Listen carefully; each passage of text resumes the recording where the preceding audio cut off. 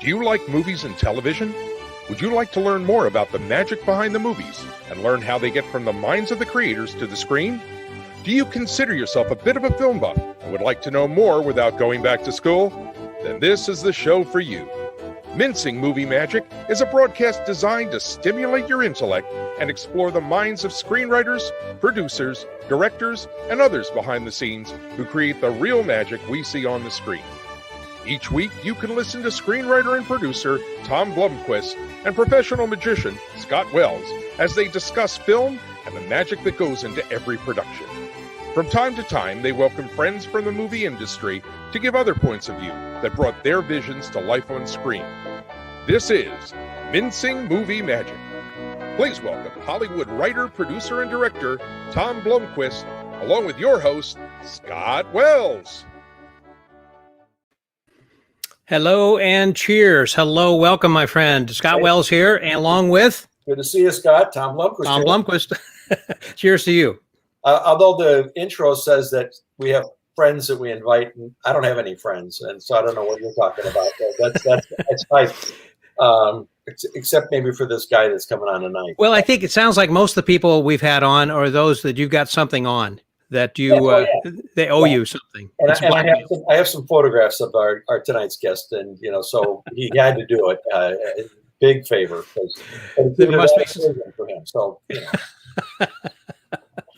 Well, I'm glad that we are getting that straight and know why that we get the people that we do. We've had a lot of really great guests. And also, I said from time to time we have, the narrator was saying we have guests, but actually we've been having guests on every week. And that's kind of the plan, to bring in some other people so we don't have to hear you talk all the time, or me. No, thank God for that. But, as we've said in other shows, if people haven't watched this before, the movie and TV business is, you have this kind of put together family on each project. And sometimes those families are really tight and really close, and you make enduring friendships and relationships. And other times they're just kind of ships in the night. And all these people we've had on so far have been people that I've worked with, and I like very much. They're the best at their jobs, that I encountered, and Boris, our guest tonight, is certainly one of those. And so. Well, before we get to him, before we introduce him, one thing that I do want to talk about, though, and that is just a reminder that you've got this great book. Thank you. You're a merciless and wonderful huckster. Thank you. Well, you're welcome. It's just that I would like to show this one video, and hopefully everything is going to go well. I might say Harriet Jacobson, by the way, from Michigan. Hi, hello. Number 13 tonight. This is the 13th with Lucky 13. So hopefully y'all will. This promo you're going to show was created by my friend Jeff Cook, who's one of those people that you meet on a project. I met him back in the Steve Cannell days when I was at that studio, and we've worked on a bunch of projects together. And we did a film together. He's been in episodes of things I produced. And so he came up with this idea and enlisted another mutual friend, Peggy O'Neill, a very prominent voice actress, who I hope we'll have on the show one day. And people know there are voice actors, and she's one of them. And they're great. And so they came up with this, and it was finished literally, 2 hours ago. So I hope you enjoyed it. This is a big thing right here. Run that fabulous bean footage here. And now, a devious confession.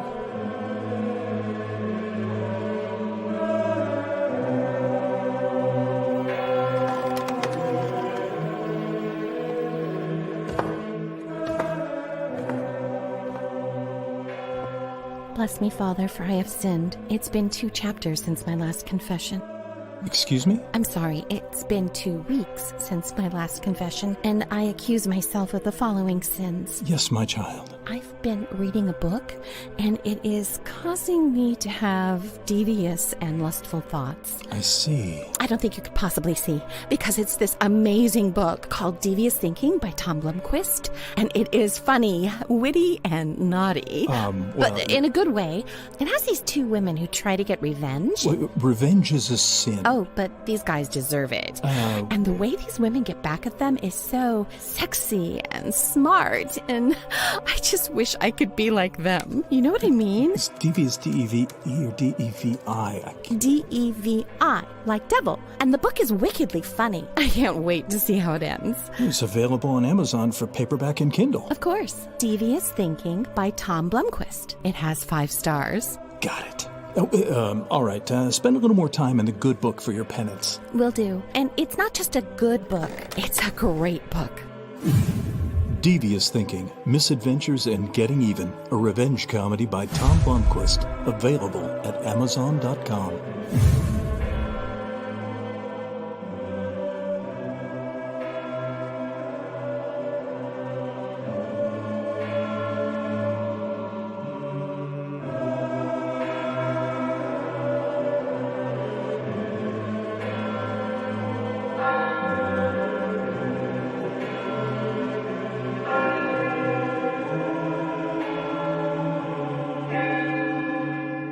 Go in peace, my child.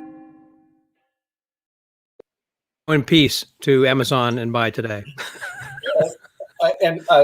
Thank you for running that. And as I was watching this, I was reminded, I was just talking a minute ago about how you make these friends and Admiration Society.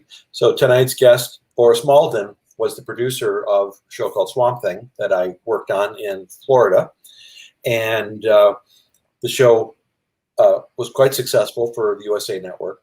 Peggy O'Neill, the voice actress in that, was an actress I met in Florida. So let's bring Boris in, and we can reminisce on where there he is. Hey there, Boris. Hello, everybody. So Peggy O'Neill played General Sunderland's daughter on Swampy, Florida actress. That's where I knew the name. I was trying to think of where it came from. Yeah, okay. Florida actress, and she not only did that, but they had her in all the time to Loop Group and revoice people, and she did a lot of those shows that were at Universal Florida at the time. And she moved out to LA, and we became friends on the show. And then out in LA, we connected, and Jeff played. Even though he was an LA actor, he happened to be in Orlando when we did the one that I directed, the prison escape one with the Payday. And Jeff was in Orlando for some meetings, and he played the state trooper with the bloodhounds chasing those guys through the swamp. Okay. So that was Jeff. So it all kind of does come together here with you here tonight. So thank you. What was that like actually filming down there during Swamp Thing in Florida? I mean, I assume that there are real alligators and snakes and other kinds of things you got to watch out for, aside from the horrible humidity and heat. Well, Boris? Yeah, I mean, they had all those things. When we started Swamp Thing, we actually opened Universal Studios in Florida. So it was kind of fun because we had run of the park at night. We would start shooting at 2:00 every afternoon, and we'd shoot till 2:30 in the morning. And the park would close at 8, and we had run of the theme park after 8 o'clock. So we were able to do a lot of things and get a lot of production value that you normally couldn't get. Plus, where the second theme park is now, it was just a swampy area. So we could go into that area and shoot there. And I remember you hired a bunch of Boy Scouts to go out and beat the bushes in an area where we were going to be shooting to chase the snakes or whatever away. And yeah, we would beat the bushes. We would fog it for the mosquitoes and do whatever we had to do because there was some pretty nasty critters out there, and you never knew what you were going to get, especially shooting at night. Yeah. So we did Scott, a lot of that outside. So people don't know if they haven't read the blurb on Boris, but he's been a production manager and line producer on a whole bunch of projects. I mean, a ton of them. How many hours of programming do you think you've done, Boris, in some senior capacity? Oh, wow. A couple hundred broadcast hours minimum. Oh, yeah. At least. Minimum. I think it was 150 broadcast hours when I was just in Florida. And then it's been maybe another 100 after that. I mean, I was in Atlanta for a while. I did 6 pilots in a row, 5 of which got picked up to series. Wow. So House of Cards being a recent big title that people will be familiar with. I'm sure that was a very easy walk in the park. No problems there, no cast issues, nothing, right? It was all perfect. But Justified was another big name show that I liked a lot that you did. And SHEENA, of course. Justified was great. Yeah, and SHEENA, a show we've talked about previously with Steve Sears when he was on. He created, Boris worked on that. I wrote one of them as a freelance writer. But yeah, you've done Steve Sears is on. Steve is on tonight, by the way. I see he was had come in on the side. Oh, Steve Sears has come in. Steve Sears here. Yeah, he was watching this tonight. Oh, Boris, great. Sears is watching right now. Is there anything you want to tell him? Hi, Steve. Yeah, I'm not sure that's exactly what you want to tell him, but I'll pass the word on to him later. What your sentiments really are. I don't really want to say what I'm thinking, but that's right. But as you can see, Scott, these relationships do endure, and every time you do a show, there's 60 or 80 or 100 people involved, and there's one or two people that you connect with, either as a personality or because they're so amazing at their job, or both, or whatever the circumstances. By the way, Boris, that's my Swamp Thing chair. Oh, look at that! Yes, that's my Swamp Thing director's chair. So another connection to you from the old days. It's really a small business in many ways. You find people you like to work with, and you kind of bring them back every chance you get. Yeah. You recommend them. You were very generous in recommending me on a couple of people over the years. Never understood why, because you always hated me, but you did recommend me to people. But a good bottle of alcohol go a long way. But it is, if you can't hire them, sometimes it's just nice to give them a good report card when someone's looking for somebody, and you've done that for me and others I know, and that's it's part of why this is so special. Well, it's not only hire. If you can't hire them, I trust their recommendations, because it's somebody that you know and you trust, and if they're not available, they may recommend somebody knowing how you work and knowing what you're looking for. Yeah. And I trust those recommendations. So yeah, they know what you like and what you don't like, and the kind of personalities you're going to reject or connect to, and so that all that stuff's very important, especially given the kind of hours that at least the producer level people put in. What kind of days and weeks were you putting in on your last couple of shows? Well, the last show got shut down by COVID, but before that, it was House of Cards. In the last couple of seasons, I was line producer and production manager. So my days would start a couple hours before call. I always like to be on the set 1 hour before call. So if call was at 7, I would be there at 6, which means I'm getting up at 4:45 because I had a half-hour drive to the stage. Because if the shit's going to hit the fan, it hits the fan in the morning. Somebody doesn't show up, an actor's sick, makeup is wrong, whatever it is. And then at the end of the day, which we'd usually shoot till 8:30, 9 o'clock, I had to deal with LA because we were in Baltimore on that show, dealing with scripts or edits from the previous episode or scripts for the next episode. And LA likes to work till 7 or 8 o'clock at night, which is 10 or 11 on the East Coast. So your hours are long and unpredictable. You can't get off work and go home and have a drink because LA's calling. Yeah. You've got to have an intelligent conversation about the next script or the second script or what's wrong with it, or is it too expensive or whatever. And weekends also? Oh, yeah, that happened on weekends because you would get the call on Saturday morning about, we want to have a conference call on later today or tomorrow about this script, or we want to look at the edit and tell me what you think about the edit.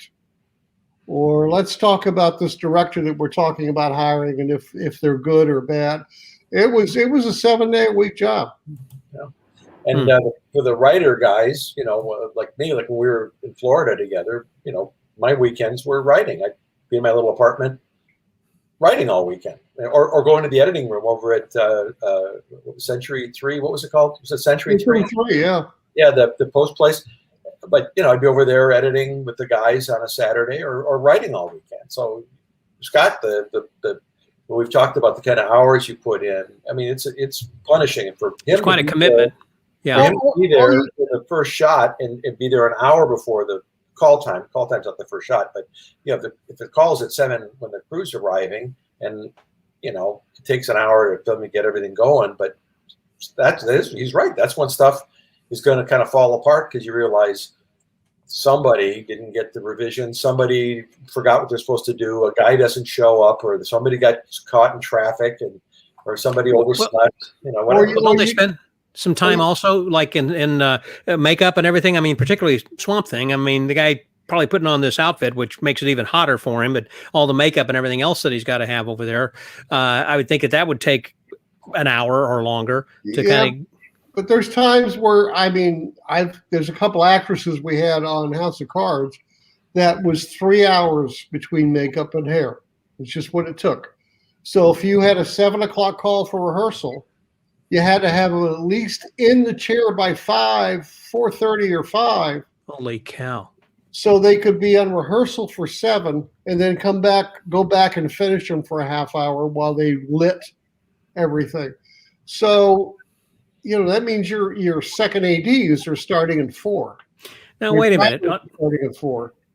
On House of Cards, I mean, it wasn't like, again, a Swamp Thing where you like have special effects or some sort of a makeup. I mean, it's just, I assume that the makeup they use for Hollywood celebrities under hot lights are different than everyday makeup that women wear. So I would assume that takes a little bit of time, but goodness sakes, I mean, the hair and everything, why does it take that long?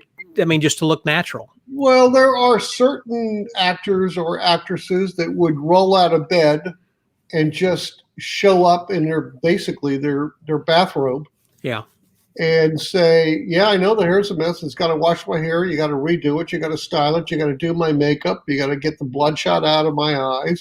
And each does take 2.5 to 3 hours. Yeah. And, Scott, you think about somebody like Megan Fox. Even Megan Fox doesn't look like that until she's been in the makeup trailer, and meaning for somebody to look naturally beautiful for camera is different than looking naturally beautiful at a cocktail party. And it's unforgiving. And so if they have flaws, somebody's got a big zit or, their baggy eyes because they didn't sleep last night. And like you said, their hair's dirty. It may need some tinting or some, highlights or something. They have a lot of work to do to get their eyes just right, and they're constantly tweaking it all. There's somebody on the set from the makeup department doing touch-ups in between every shot to make sure that they're not sweating. The lip gloss is perfect. They're, all of that stuff. To get them to look like they're supposed to look for a 12-hour day is challenging for them, and no knock on them. I mean, Boris is working, and then your special effects makeup like Dick DeRock had to go through.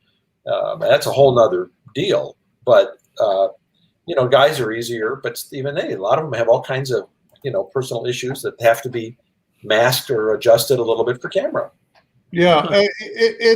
And also you're matching what you did yesterday or 2 days ago. You may be finishing a scene. Oh, for continuity. You got a couple of days ago in continuity. So now you have to match that look, even though they look like crap today, but you still have to make them look great.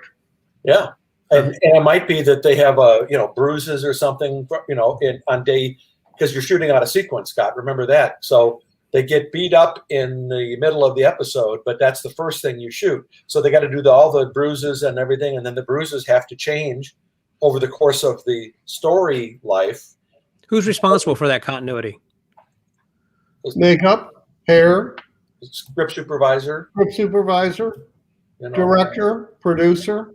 Everybody is basically okay. Everybody. Yeah, but when you're shooting everything out of order, you got they have a bruise in this scene they're doing in the morning, and then in the afternoon they're doing a scene that preceded that where they don't have the bruise. Now they got to take the bruise off, they have to fix it, and you're doing that all the time. It's not just making them look glamorous; it makes them look like the character in that story. And Boris has always been able to find really good people. We had some great ones on Swamp Thing, that's for sure. And that's still one of the best crews I ever worked with, Boris. That bunch that when I came on the show and what was the beginning of the second full season. How many years did that run? We did 72 episodes. I'm not sure how they spread it out. Yeah, it was like 3 seasons. Boris and I did 50 episodes in 1 year together. So that was 6 days a week we were shooting. And that was insane. We did an episode every 3 days. Yeah. 12 pages a day. Full episode? Hours a day. Yeah. Wow. And no ups and no extras. Boy, he'd walk out. He'd love to walk into the set and stand right in front of the lens, right when it would be time for overtime, to say, "We're done. Good night, everybody. Thank you for a good day's work," whether you were done or not. And directors quickly got that message. Oh shit, Boris is coming. Let's hurry up. They used to have the radio. He left the office. He's on his way. Because I didn't want to go shut the generator off. But there's something about that with the right crew. What I learned on that show, Boris, was that there's can-do crews and no can-do crews. And Swamp Thing had a can-do crew. We would give you these preposterous scripts, and you'd go, "What the hell? You people have lost your mind. We're not doing, a Western, or we're not doing, And then Orvis Grigsby would try to put his mind, that wonderful creative mind he had as a production designer, and somehow we'd get it all done. And then the crew seemed to take it as a personal challenge. Not only are we going to do this, we're going to do a good job in the time we have. And as the day progressed, instead of slowing down, they started speeding up because somebody said, "I need a apple box," and 4 guys would leap forward with apple boxes because they were going to make that deadline before you showed up to shut everybody down. And that's a tribute to your relationship with them, first and foremost, that you hired the right people, but also to their spirit of, "We're going to do this. This is impossible, and we're going to do it. We're going to do it well." Well, that was wonderful.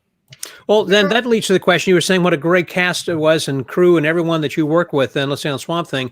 And how would that differ, let's say then, Boris, from, let's say, the House of Cards that you're working with? I mean, and what is it that makes it challenging? Is it sometimes the crew is not quite as supportive as other crews, or perhaps the actors are not as professional as the others, or different? They have different styles, or, what makes one stand out that you like better than the other?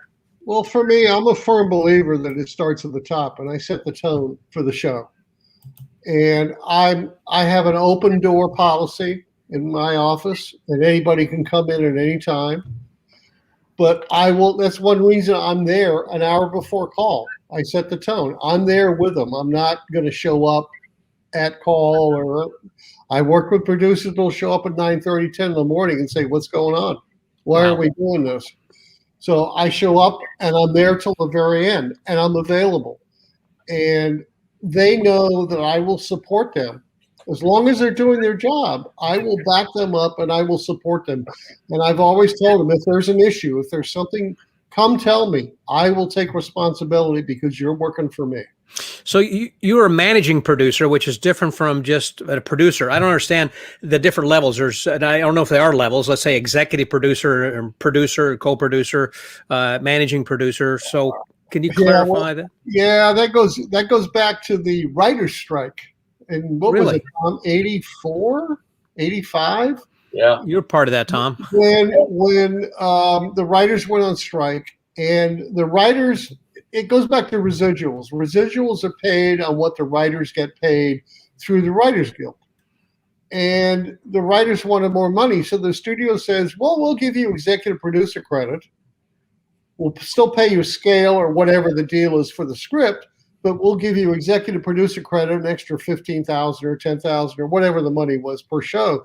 But they didn't have to pay residuals on the executive producer portion of the fee. They only paid residuals on the writer's portion of the fee. So they gave all these writers producer, executive producer, supervising producer credit, so they didn't have to pay on the writing residuals. Now, you do have people now that work as supervising producers, and all they do really is work with the writers and the actors to get the scripts in shape. Then you've got co-producers, which is now post-production supervisors, or associate producers. Sometimes they're post-production supervisors, or sometimes they were in the stall in the bathroom next to the guy when he thought about the show.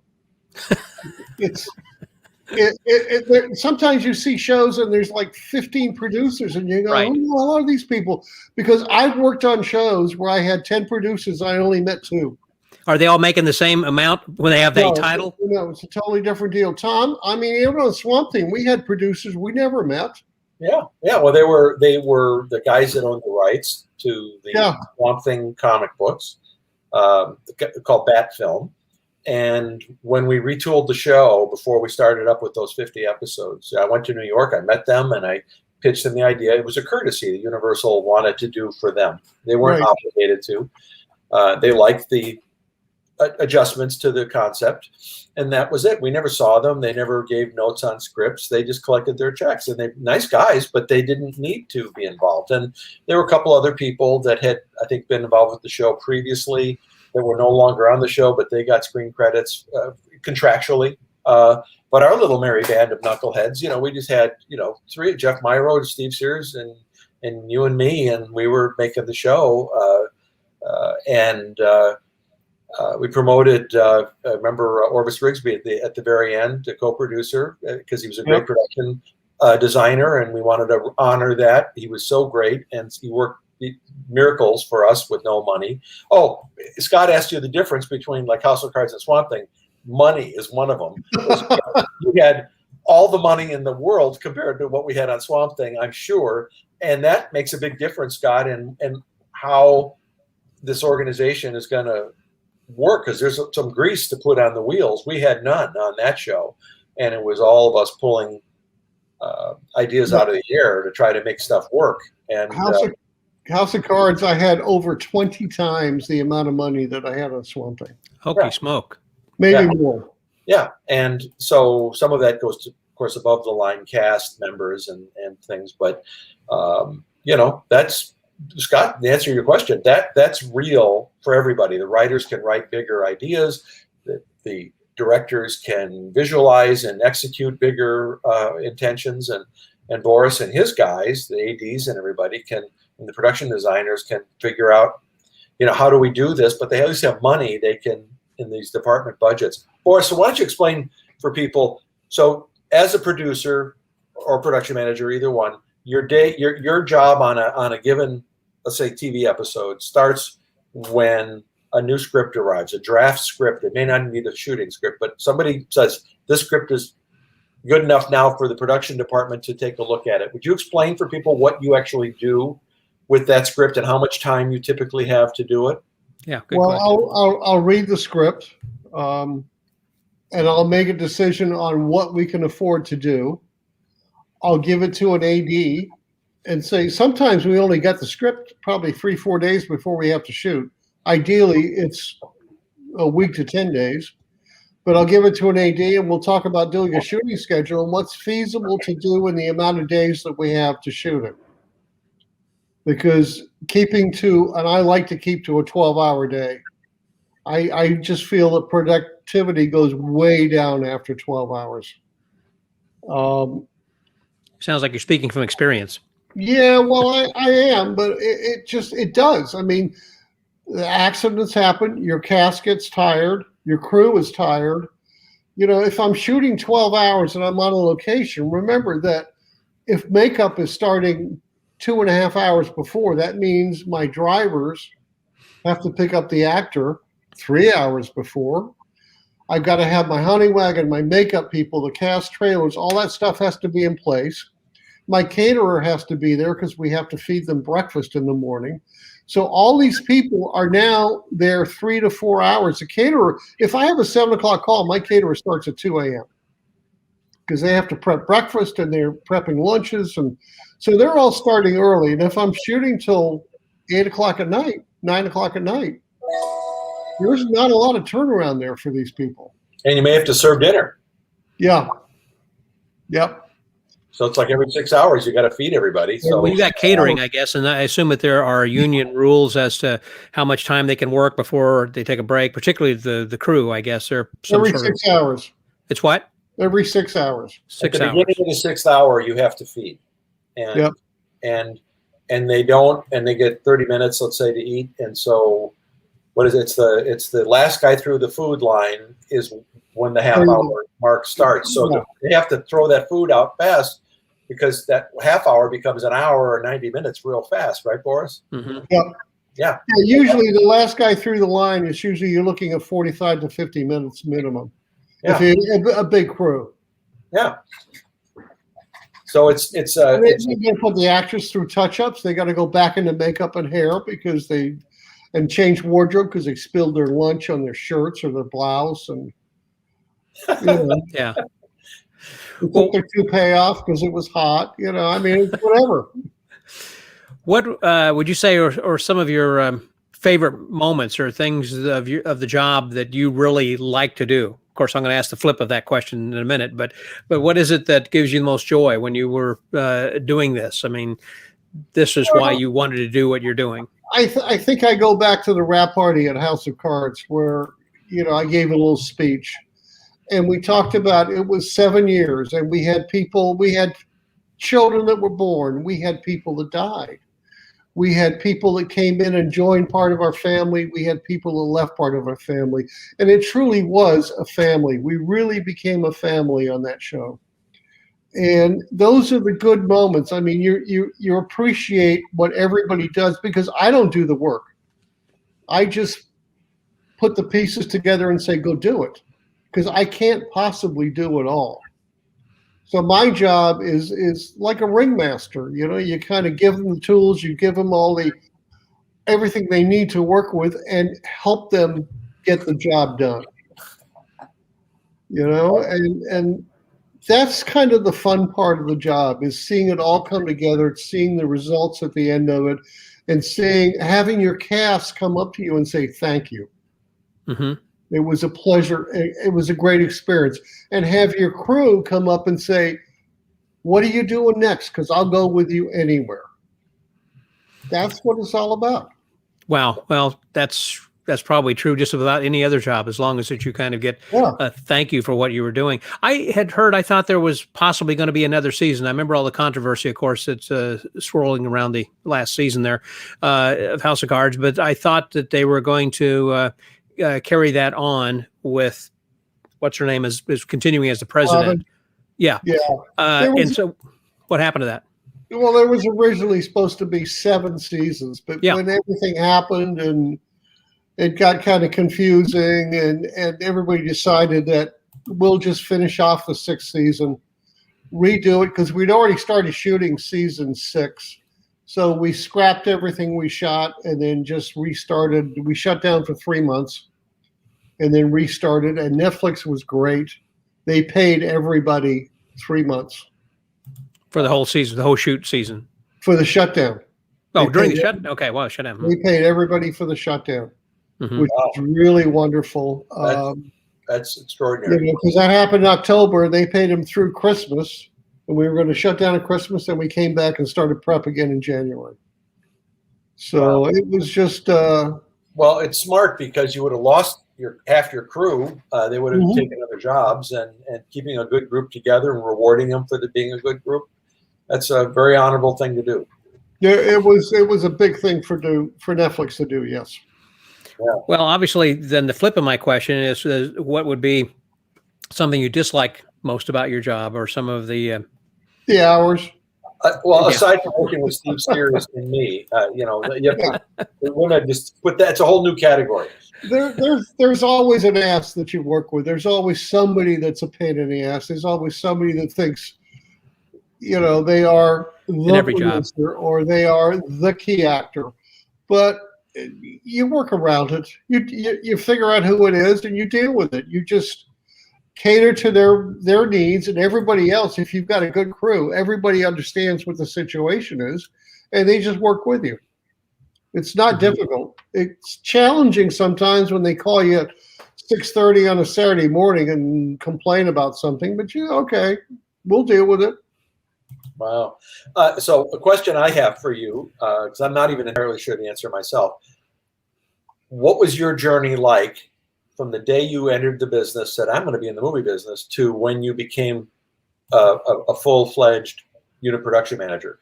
What was that journey? How long was that? And what are the kind of jobs you had to get?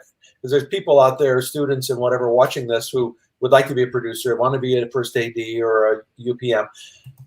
What was your journey like, so they can understand what it takes? My journey, I was in LA pumping gas at a gas station as a night mechanic.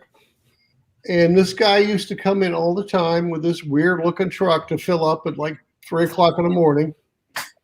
And he was working on movie sets. He was driving this thing called a Cinemobile, which had a generator and lights and sound and cameras on it. And one morning I got off at 7, at 6 a.m., I got a phone call from this company. They say he broke his leg. We're moving a guy up. Would you like to take the other guy's position? And I knew what I was doing was a no-end job. I mean, it was, okay, I'm a mechanic, great. I said, sure, what does it pay? And this was in 1980, 79, 77. Anyway, and they said $2 an hour. I said, I'll take it. When can you be here? I said, well, I get off at 7. I can be there by 7:30. And I became a PA for this company, a runner. And I just kind of moved up within 6 months. I was employee number 5. Within 6 months, they had 75 employees, and I was management, making $750 a week, and I had no clue what I was doing. And we're doing a show with Hanna-Barbera at the time. And the gaffer calls me and says, here's my order. And it's like trombones, bull pricks, pan lights. And I had no idea what anything. What the hell is a bull prick? Ford axles. And you had to learn. And I learned, and I moved up. And then after I left that job, because that job, I was sleeping there between jobs. I mean, the first show I worked on was Daniel Boone with Fess Parker. Fess Parker, wow. Yeah. After I left, I just couldn't do the hours because I never went home. I was sleeping there in the office. I went to a company called F&B Seco, and I became rental manager. And then after that, I decided I wanted to freelance. I began out to freelance. And I was freelancing as a grip, electrician, PA.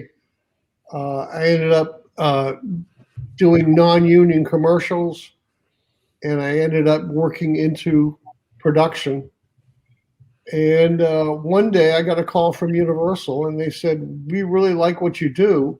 We'd like you to form your own company and do all these movies of the week. We have a contract with USA to do 25 movies of the week a year. And I said, okay, well, I'll think about it. They said, no, we need you to open office next week. I went, well, I'm not sure I'm financially ready to do that. They wrote me a check for $75,000. And they say, here, come get the check. We'll help you open your corp. And we'll do it. BBK Productions. BBK Productions. And the first movie of the week was with Tobe Hooper directing. And that's how I ended up with Tom on Swamp Thing. It just progressed into that. So shit happens. Wow. Yeah. So, you were working. When Tom showed up. How many years was that then? So when did you? So it's like from 77 to what before you were BBK? Well, when did we do Swampy? 85. Swampy, I was there in 91. 91. Okay. 91. So there's like 12, 13 years, 14 years of hustling. Yeah. And taking I can't remember the Arnold Schwarzenegger thing where he was like some king I'm out there lugging 4-out cable, running cable. They called me at noon. They said, we don't have anybody to run cable. We need you to go out to this pit and run cable. I'm running 100-foot 4-out cables for like 800 feet, 3-wire, 4-wire runs by myself. You just do what you got to do. And that was on Swamp Thing? No, that was on Conan, one of the Conan movies. Oh, in the movie. Actually, you're working on the Conan movie. Okay. Oh, look, the first big feature I worked on, I got a call one day, and they said, we need somebody to come operate arcs at this church in Hollywood in the parking lot. They filled the parking lot with sand, and we had like 15 carbon arcs, and I was one of the operators. and we're doing these two characters for all night long for a week, walking around in the sand. It was CP3O and R2D2. Oh. And by the way, I got a call to go out to what was ILM at the time.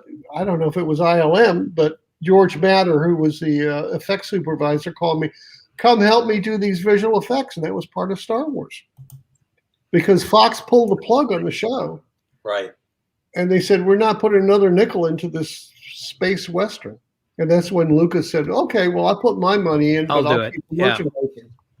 Wow. You never know. Scott, he's talking about running arc lights before, well, even before the current generation, certainly of lights, but the lights we've been using for the last 20 years, before that were these arc lights where they had this fire. Literally, it was a blowtorch in that thing. They were hotter than hell, right? I mean, yeah, you had two pieces of carbon, negative and positive, and you put them together and start the arc, and it would fire, and you had to keep it burning.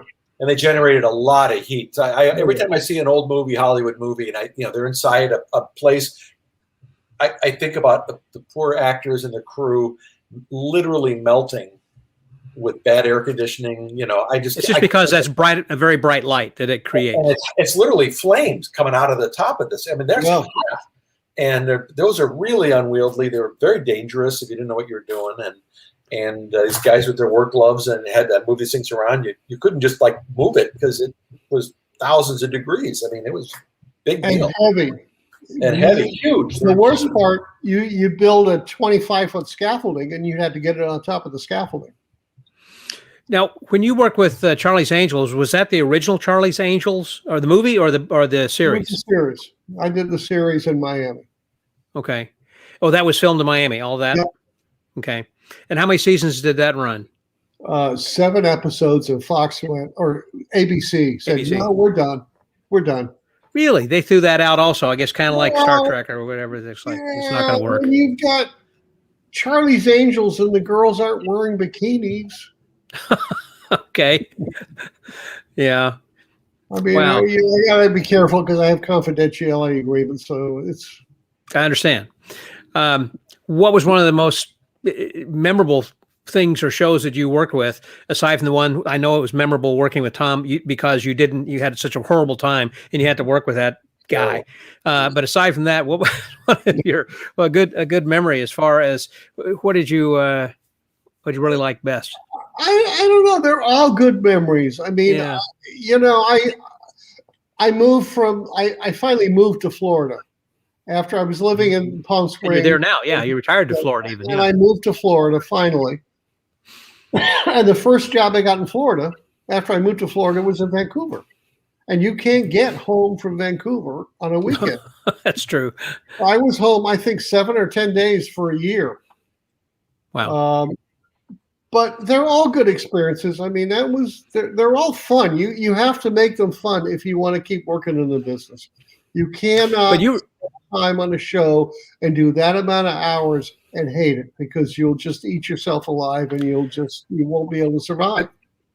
You're jumping from sci-fi to comedy to westerns. Is there one genre that you like better than others? Or does it make any difference to you at all? I like dramas. What? I mean, I dramas. When you're doing the sci-fi and the visual effects, and it's not a lot of what's happening on the set. It's all what they're going to do in post-production. And I prefer a good script, good actors, and a small crew.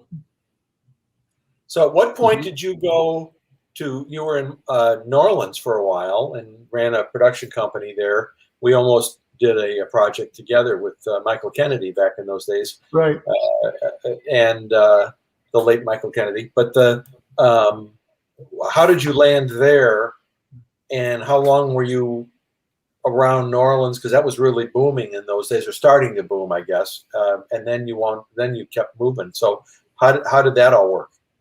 Well, I did a couple of movies of the week down there, and the company L.I.F.T, who were handling the tax credits, asked me to come on board and stay there and supervise their productions. And they paid me a whole bunch of money. So I said, well, hey, okay. You know, why not? Except that when they got raided by the FBI, that was no fun. So that ended after a couple of years. There's a few of them had some legal issues, as I recall. Yes, they did. They were. I won't go into it, but they were kind of scamming a little bit. But it was in the paper, so they had some issues, Scott, because you're dealing with tax credits, which is invisible money, you know. So they would give you whatever it was, say 25% of your what you spend in the state, you get it back in a credit. Oh, gotcha. And then you can sell that credit to third parties, because if you're an LA company and you don't pay Louisiana taxes, you could sell that credit. Is that how it was? Yeah, you'd sell it for anywhere from 85 to 90%. Yeah, so you have 80 cents on the dollar, and it's worth $1 million. Well, that's worth $800,000 to somebody to write off on their taxes, or $200,000 to write off, and it costs them $800,000 for the $200,000 write off. But you could see where that might get a little dicey with some clever manipulation, and some of these tax credits in the early days in different states had problems like that, because whether they were writing checks or doing these credits, it's just too much. There were, at least in those days, I don't think they knew how to scrutinize it. But you know, the L.I.F.T had some problems. At least some of the people at L.I.F.T. I forgot how it all worked.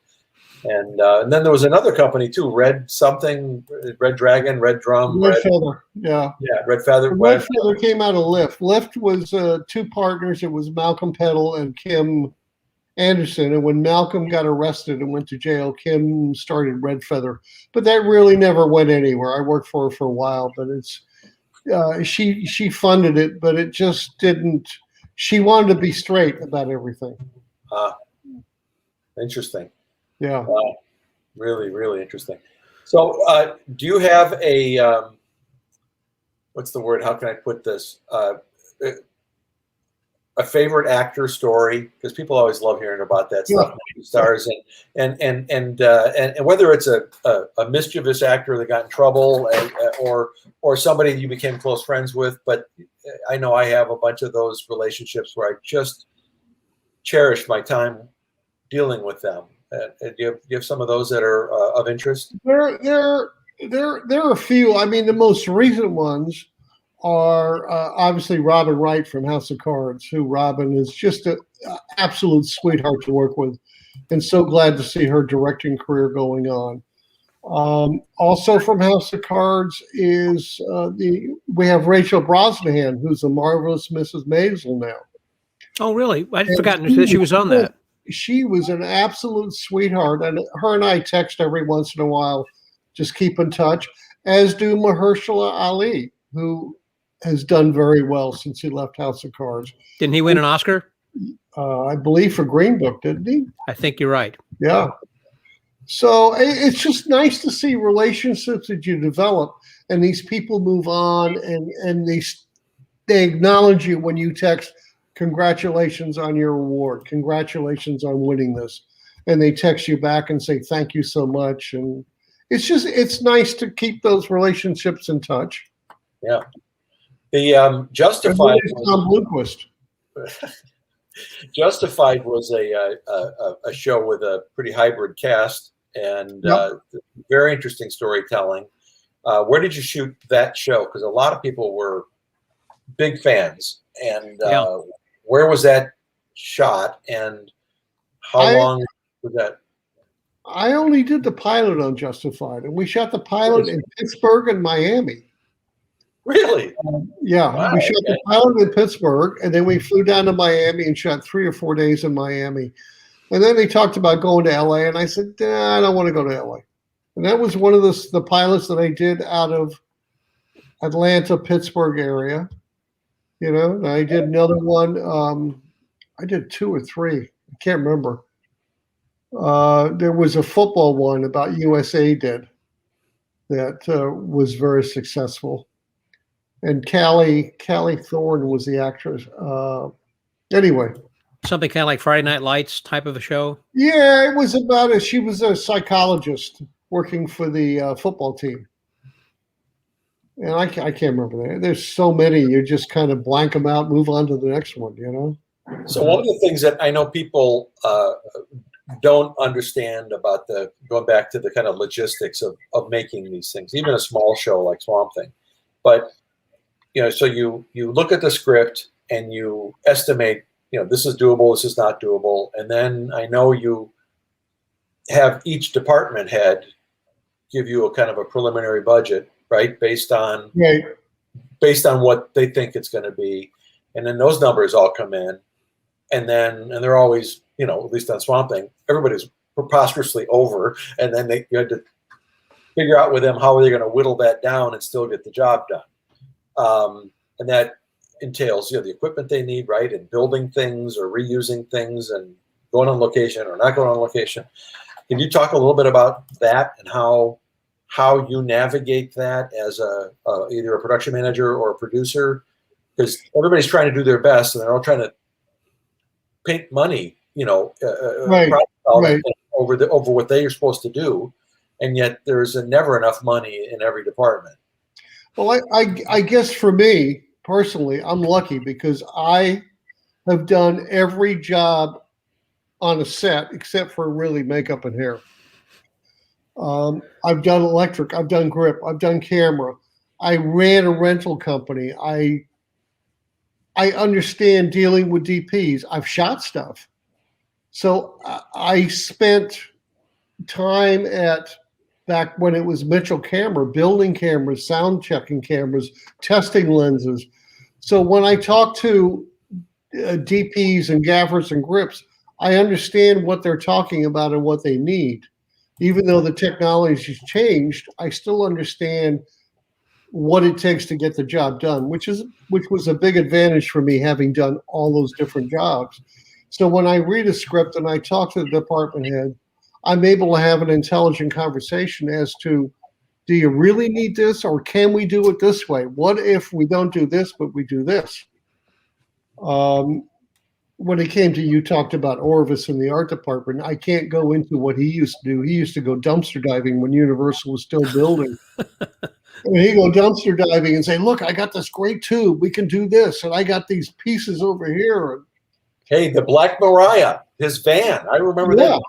Scott, this guy, our production designer, would literally at night after we were done, he'd drive around Universal Studios at night behind the sound stages and all the rides. And he would, take things. And Boris, I remember there was one time where we had a set that he had built and we walked in, there were plants and nice furniture. It was, where'd you get all this stuff? Hey, we don't have any money for that. He went, don't worry about it, it's covered. And some guy in the same building, office building we were in, came to work one day and all of his furniture and his plants were gone. And somebody stole all my stuff. And then the next day it was all magically back. And he never knew. If he just watched our show, he would have found his stuff on our set. I mean, looks familiar.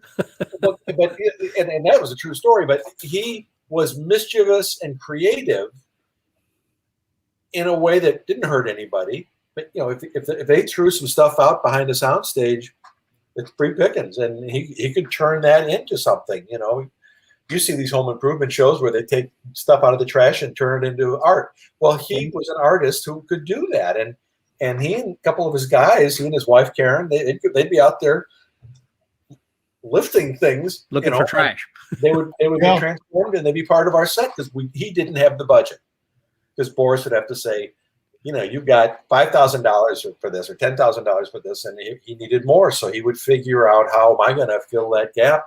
I will tell you another story, Boris, that you'll remember about Orvis Rigsby, but it was when he was doing the new Leave It to Beaver, and he was the production designer. Do you remember hearing this story? That he needed a really fancy chandelier for a set, and they didn't have the money for it. And so he promised the rental house owner that Tony Dow, the star of the show, would come to the house and have dinner with this guy's family. Yeah. He would give him the chandelier. And so he came to work, and everybody walks in the set, and they went, God, Orvis, that chandelier is amazing. And he said, yeah. And then Tony Dow over and said, Tony, listen, I got to be honest with you. There was a price. You're having dinner with this guy's family Sunday night. And that was Orvis Rigsby, but that's the kind of people Boris found and worked with on several shows, and Just get it done. You can't buy that kind of passion. Literally, you can't buy. Even if you had all the money in the world, you don't have that kind of passion unless you have a guy who's just on fire. You have to support that kind of passion. Yeah, absolutely. You have to support it and encourage it.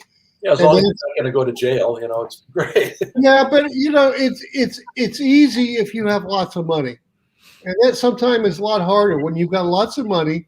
People don't want to get creative; they just say, "Go buy it, go do this, go do that." It's when you don't have a lot of money and you have to get creative that sometimes you get the best things. Yeah. So like on Swamp Thing, when you were talking about you didn't have the budget like you did, let's say, on the House of Cards, you kind of had to be creative. Yeah. On Swamp Thing, our budget was so small that it would not pay 4 of our actors' salary. It's on House of Cards. Holy cow. The whole budget. The whole budget was $350,000 all in. Yeah. Delivered. Yeah. For the all episodes. I mean, the whole season. Per episode. Oh, per episode. Yeah. But remember, I was paying out probably $85,000 or $100,000 into producer fees that I had never seen. Yeah. Okay. So that never showed up. Did they have some sort of a big name or a draw that people would watch the show because they were associated with that and their names being there? Swamp Thing. Dick DeRock, Swamp Thing. It was Dick DeRock played the character in both movies that preceded us. He's a comic book character and popular to a degree. Sure. And then we tried to bring in guest stars whenever we could. And we had Who was the biggest name you brought in? Tyne Daly, probably. Tyne Daly. We had Philip, the guy from Miami Vice, Philip Seymour Hoffman. Seymour Hoffman? Yeah. But we didn't have the money for that, to fly an actor in from LA first class and put him up. That just wasn't in the budget. So we had to Boris had to figure out let's bring him in and have him do 2 episodes, and we can spread that plane ticket price over 2 episodes. He had to do all this kind of mumbo jumbo hocus pocus to your magician, Scott. You could have just waved your magic wand, and but it's an art form, definitely an art form doing what Boris does. And there's your magic wand. See, Boris, if you had, I need one of those. Yeah. Well, and then I've also got my Doctor Who screwdriver. Oh, good. So okay, I'm a nerd. No, it was Tyne Daly. It was like bring your daughter or son or whatever and bring your kids and we'll get them in the parks for you. Yeah, that's right. We'll give you 2 days in the park. Yeah. Mm-hmm. And sometimes that's, people want to take the trip. They're not really doing the episode for the money, but it's activity and it's creative and they like the script. And you could throw in a plane ticket, or you can throw in like the free passes to the park for 3-4 days, and that's fun. It's like a little vacation for them. And but Boris had all kinds of deals that he could work with Universal, on that front to try to get people in,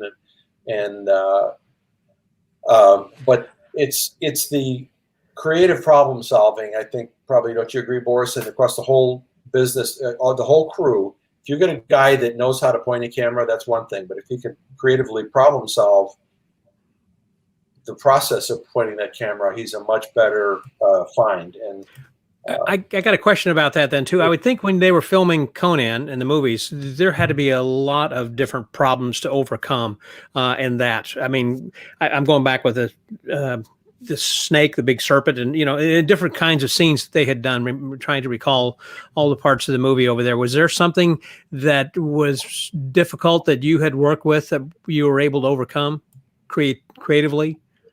I don't know. Every show has got a difficult challenge. Every show has got something. It's House of Cards. It was we need the White House. Oh well, yeah. So you call up the president and say, "Well, sorry." Got to talk to the vice president. The Swamp Thing was, we need a swamp. So we ended up building one out at a parking lot at Universal. I dug it out. We built a swamp and it ended up having its own ecosystem. And we had all the trees and big planters. And when you wanted a different angle, you just turned the tree. Oh. or move the bush.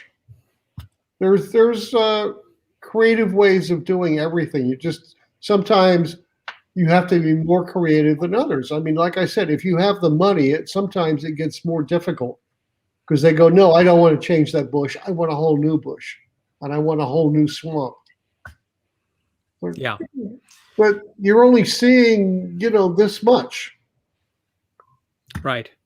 Yeah, just whatever's in the confines of that two-dimensional screen, like that then too. I think, Boris, on Swamp Thing, that's one of the lessons that we all learned, the writers and most of our directors, is that you only see what's in the frame. Right. And it's easy on a bigger budget shows everybody wants to build the whole set, even though you're only going to see this part of it.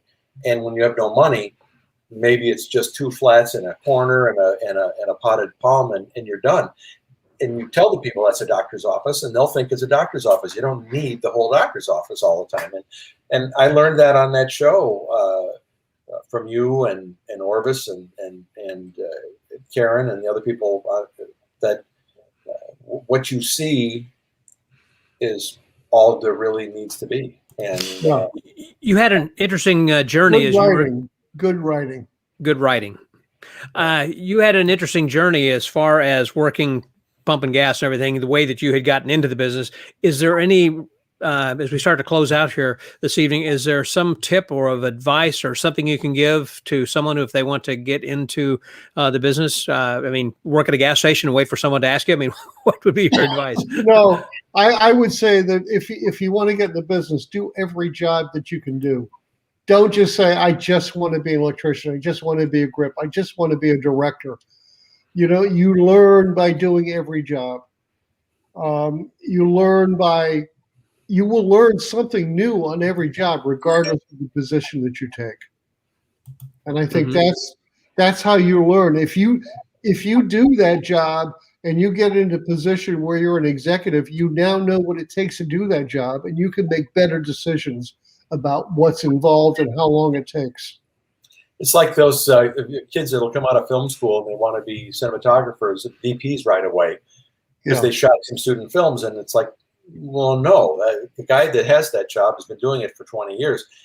You start by carrying the boxes of lenses and not dropping them, and then you start. Then you work your way up to focus puller, and you work your way up to maybe running beat camera, and then maybe, you get to be DP someday. But people don't want to wait. Unfortunately, there's a lot of impatience, and having taught at a film school, I can tell you, I mean, the kids that really got it were the ones that was hungry and would do anything. And then there's, always a few dilettantes. It's like, well, I'm gonna be a director. Well, good. We all want to be directors, but you can be a better director if you've done every job, because then you understand what it takes, and you know what you're asking for something, what's involved in it. Yeah, versus just get it done. Yeah, because that's what's the word? I mean, if you can't appreciate the challenge on some level, then you're useless to the crew, and they have to kind of work around you then, because you don't know. That's when you get the crews that just go, yeah, right, okay, I'll get it done. Yeah, no respect. Well, and I was talking about the no-can-do crews, and I've worked with a couple of those. After Swamp Thing, where you write a script and they say, well, we can't do that. What do you mean you can't do that? Well, we can't. They'll take hours. Well, I worked on a show a couple of years ago, and we did that. It took 2 hours. What are you talking about? You can't do that.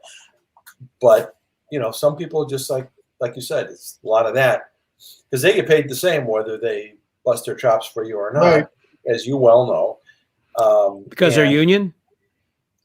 Yeah, but again, that's why I say it starts at the top. You set the example. For me, you set the example. If you're willing to go out and do it, you're willing to put in the hours with these guys, you're willing to say, hey, I know this is tough, but how about we do it this way? Or what do you think about doing that? And they kind of look at you in a different light, and they realize you really understand what you're talking about. And then it becomes a different story. Scott, it's like any business. You want everybody working there who's working there for the right reasons. If it's just a job for somebody and they're just phoning it in, they're moving in slow motion, that's not helpful. it'll bring the morale of a crew down. But if you got people that hustle, they want to be there, they're passionate, they're trying to move up the ladder, all that, and that's Boris's job to put a crew together. Like wouldn't be my job as a producer. I hire writers, but I don't hire maybe editors, but I'm not Boris. And you want somebody who is going to interview these guys and look at their resumes and call around and find out, hey, this guy said he was the key grip on your show. How did he do? So you have a chance at people who are there with the right spirit, because it is hard. You were spending a lot of hours and spending a lot of somebody's money. And if they're not there for the right reasons, they got to go. You have to replace them and do that. Boris had to do that a bunch of times, I know for a fact. So, it happens. Right. It's still a job. It's a job. We have to do the job. And we have to deliver a product for a price. So it's no different than building widgets or building cars or, selling TVs at Best Buy. I have to do a job for a price. That's right. Yeah. And at the end of that day, when you close out that account, you have to zero it out, and you can't be over, and you have to get to that number somehow. And that's the ugly part of the business that people that watch movies don't understand. That even Steven Spielberg reports to somebody, it's somebody else's money, and there's a constant conversation when he's got the assault on Omaha Beach and Schindler's List or Private Ryan. Saving Private Ryan. What does it take to make that sequence happen? How many guys? How many explosions? What is happening? All the stuff that Boris has to figure out, and then how much time do we have? And you don't have 3 weeks for that. You can do it in 10 days. And somebody has to figure out, negotiate, talk about, how do we do this? How can we get this done for the money we've been given? Because ultimately, even Steven Spielberg doesn't have all the money in the world. And you talk about George Lucas, he ponied up his own money. James Cameron has ponied up his own money on films, Titanic and others, to get them done, because they were, no, you're done. We're pulling the plug on you. Finish it, or and he did. And I'm a believer in that. I'm a believer the director should take some responsibility for the funds. Sure. Yeah, be committed to it. Over budget, over schedule. And it's like, well, somebody has got to pull this thing back. And of course, Scott, that's really Boris's job. It's not the showrunner's job. It's not the writer-producer guy. It's his job to yank that choker leash on his production manager or his AD staff. Yeah, just give it a good jerk, and the art department or the Teamsters. It's okay, guys. We have to pull back on the overtime. Because we're over budget, and we're cutting it out now, and they then have to figure out how to respond. It's people management skills. It's people. Yeah, it's all about people. I think we're learning a lot more. That's part of what this is all about in our Mincing Movie Magic, is trying to understand more about not only what's going on behind the movies, but how they work, but also, I guess, just the inner workings and the mindset and working together with people to get that job done, and the commitment that it takes and the drive. I mean, we're sitting there watching the finished product that's within a certain amount of time, whether we're watching a TV show or a full-length movie or whatever. But the time and sweat and tears and everything that goes into this. I mean, this was just great, Boris. I mean, some of the stories you were telling us about trying to go and find these. Anyhow, great. This was wonderful. Thanks very much for being our guest this week. You're welcome. Pleasure to be here. Great to see you again. It's been a long time. Good to see you, Tom. And we'll talk. It's been good. I still owe you comments on that script you sent me. So okay, I promise you. Next book. Part of the reason that I didn't get to it was I was working on that promo that you just saw at the top of the show. So there was some delays in my life at this end, but I promise you, very soon. Okay. Good talking. And Boris, I'm going to remove you from this thread here from right now, but split in the back in the green room. Hang around for a little bit for after we end the podcast or broadcast over here, and that way I would like for you to we just kind of have a little quick conversation after it's all over. Mike Leary was on just a couple of weeks ago, and he's saying, thanks, Boris. Your experience and your work ethic are great lessons for young filmmakers, and indeed they are. Thanks, Mike. Appreciate that. Mike Leary's an award-winning commercial producer. Yeah, award-winning. And just retired, and just won a big award this year, in fact, for one of his last spots. So really cool. He did. Yeah. He had just recently won something out for a best pharma commercial over there. That was pretty cool. Well, listen, hang on. And thanks again, Boris.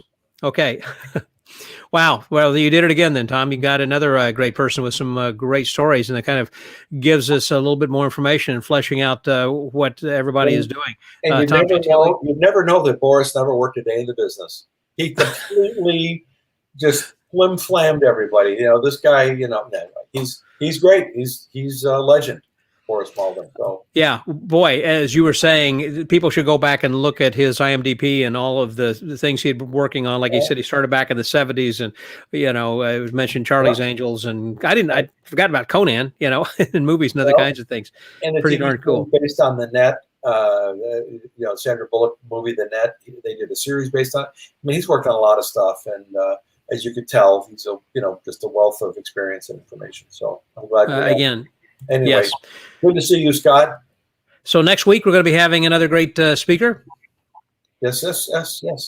And so we will be letting you guys know. So make sure that you have subscribed to the YouTube channel, which is youtube.com/Texas Magician. So this way that you get notified whenever something is going to be coming live on the YouTube channel there. And we also, of course, doing this over on Facebook. And through Facebook, we've got a couple different pages.